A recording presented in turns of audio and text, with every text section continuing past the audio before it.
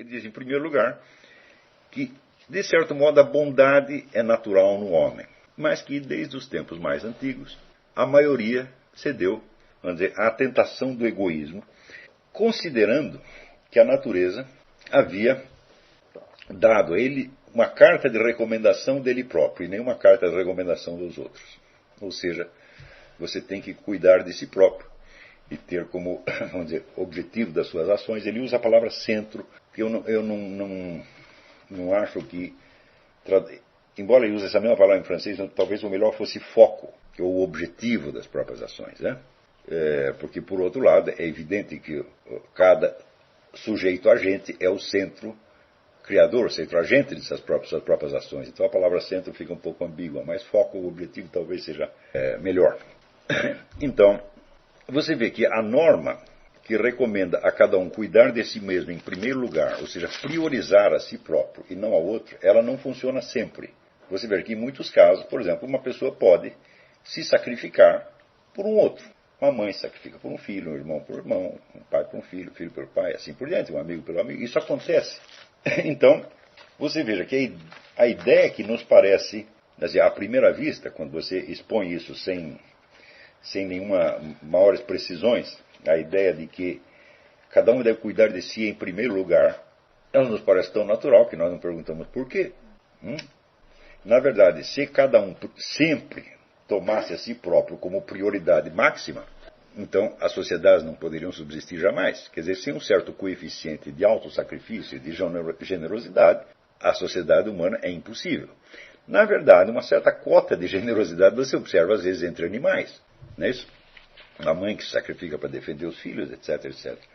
Então, aqui ele está dizendo que a ideia de que cada um deve priorizar a si mesmo é sobretudo uma ilusão, que ela não corresponde à estrutura verdadeira da realidade. Por quê? Citando Bossuet, o grande pregador Jacques Benigni Bossuet, ele diz, quando Deus fez o homem, ele colocou no homem em primeiro lugar a bondade. Isso quer dizer que a bondade faz parte da natureza humana, tá certo? Hoje nós estamos tão acostumados com teorias hobbesianas, vamos dizer, da agressão, da guerra de todos contra todos, todo esse discurso, vamos dizer, sobre a agressão nos parece tão natural, que nós não conseguimos fazer a respeito às observações mais óbvias. Em primeiro lugar, a agressão, o ódio e a maldade são exceções, não são a regra. Veja no seu próprio meio e veja quantas vezes você sofreu agressões de outras pessoas e quantas vezes elas te ajudaram. A desproporção é enorme. A agressão chama a atenção porque ela é rara, porque ela é uma exceção e porque ela é anormal. Portanto, se fôssemos acreditar que existiu, vamos dizer, um estado de natureza hobbesiano no qual todos, né, faziam o mal a todos os outros o tempo todo, então a existência de qualquer bondade ou qualquer solidariedade só poderia ser introduzida mediante um ato de força, que seria uma agressão maior do que todas as agressões juntas. Então nós teríamos este milagre de que, vamos dizer, a maldade generalizada se converter em bondade generalizada por meio de uma maldade ainda maior. Essa é a teoria de Hobbes, ele obviamente falha. Esse estado de natureza jamais existiu. O homem foi criado tal como ele é hoje, tá certo? E não houve modificação essencial da sua natureza ao longo dos tempos. Quando alguns estudiosos, psicólogos, citam como exemplo da maldade, da agressividade humana as guerras, eu tenho a impressão que eles jamais conversaram com um ex-combatente. Porque se você perguntar a todos os ex-combatentes, você tinha raiva dos exércitos adversários? Fala, não, eu tinha medo. Não é isso? E tão logo esse medo era apaziguado por uma trégua, isso aconteceu em todas as guerras, tão logo havia uma trégua que apaziguava momentaneamente o estado de medo, o que se via? Manifestações de solidariedade entre os exércitos dos dois campos. Essas manifestações eram espontâneas, ninguém ordenava que você fosse até a trincheira adversária, né, oferecer cigarro para o outro, né, ou oferecer uma lata de sardinhas, uma coisa assim. Mas esses fenômenos aconteceram em todas as guerras. E eles se tornaram notáveis, sobretudo na Primeira Guerra Mundial. Porque eles aconteciam como... Na Primeira Guerra Mundial era uma guerra de trincheiras, onde nenhum dos exércitos conseguia avançar. Ficava um numa trincheira aqui, o outro trincheira do lado de lá, trocavam tiros durante certas horas e um não avançava nem o outro recuava. Então, por causa disso, houve uma longa convivência dos exércitos. E esses casos, vamos dizer, de solidariedade e de amizade entre os soldados dos dois lados se tornaram célebres na Primeira Guerra, embora tenham acontecido também em todas as outras. Então, eu não creio que se possa explicar a conduta de nenhum soldado na guerra pelo ódio. Afinal de contas, como o sujeito poderia odiar milhões de pessoas que ele não conhece? Isso não faz sentido.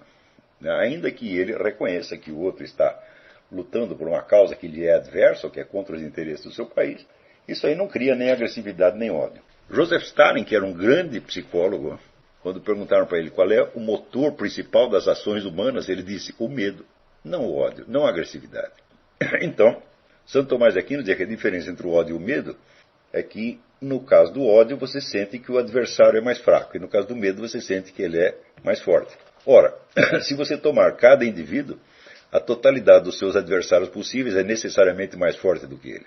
Então, é mais normal que o indivíduo esteja com medo, tá certo? Mesmo que ele seja um combatente, ou digamos um lutador. Você imagina assim um sujeito que está iniciando numa carreira de lutador e ele pensar a sequência inteira dos adversários que ele terá de vencer no esporte. É uma coisa realmente assustadora. Ele não vai poder ter raiva dessa gente toda, mas medo certamente tem. Então, isso quer dizer, o normal no ser humano é a bondade. Isso está na estrutura humana. Mas existe um outro fator que ele não discute aqui, que faz com que as pessoas se encerrem numa concepção ilusória da realidade. Concepção segundo a qual cada um deve ser o objetivo principal e o principal beneficiário das suas próprias ações. Ele disse, mas isso também não aconteceu com todos os seres humanos, sempre houve pelo menos um certo número que se conservou fiel ao impulso originário. Ou seja, pessoas que sentiam o dever da beneficência, o dever da bondade e da generosidade como uma coisa que era inerente à sua natureza. Ou seja, essas pessoas não se tornaram boas ou generosas porque alguém as forçou a ser assim, porque uma cultura repressiva, né, reprimiu nelas o impulso maligno, esforçou a ser boas a contragosto, o que seria absolutamente impossível, porque seria novamente o caso de uma maldade maior. Né? Quer dizer, a criança é má, mas o pai é mais mau ainda do que ela, então a oprime e a força a ser boa, então a bondade nasceria de uma multiplicação do mal. Isso seria um verdadeiro milagre, eu nunca vi isso acontecer.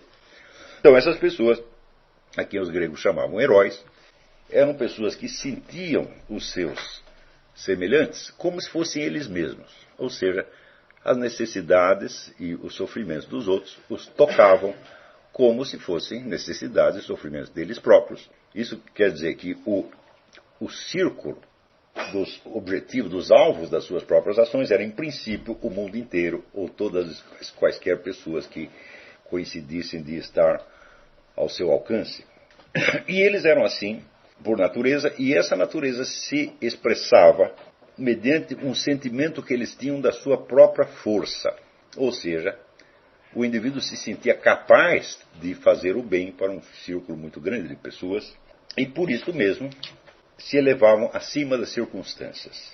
Ao contrário, os homens vulgares, não encontrando em si mesmos nenhuma força e nenhuma grandeza, não viam em torno senão fraqueza e pequenez. Então, isso quer dizer que esses homens vulgares não sentiam em si a força não apenas de socorrer os outros, mas não sentiam em si mesmos sequer a força de resolver seus próprios problemas. Então, sentiam-se acossados por perigos, pressões e necessidades e, automaticamente, livrar-se dessas pressões o quanto possível, resolver o seu próprio problema, se tornava o único objetivo da sua vida. Ou seja, enquanto os heróis viviam numa espécie de efusão da sua força criadora que se espalhava para os outros, os homens do vulgo viviam uma vida negativa e uma vida centrada na autodefesa, no instinto de autoproteção acima de tudo. Ora, ninguém busca autoproteção se não está com medo. Então nós vemos que aqui o fator decisivo não é a agressividade e também não é a maldade, mas é o medo.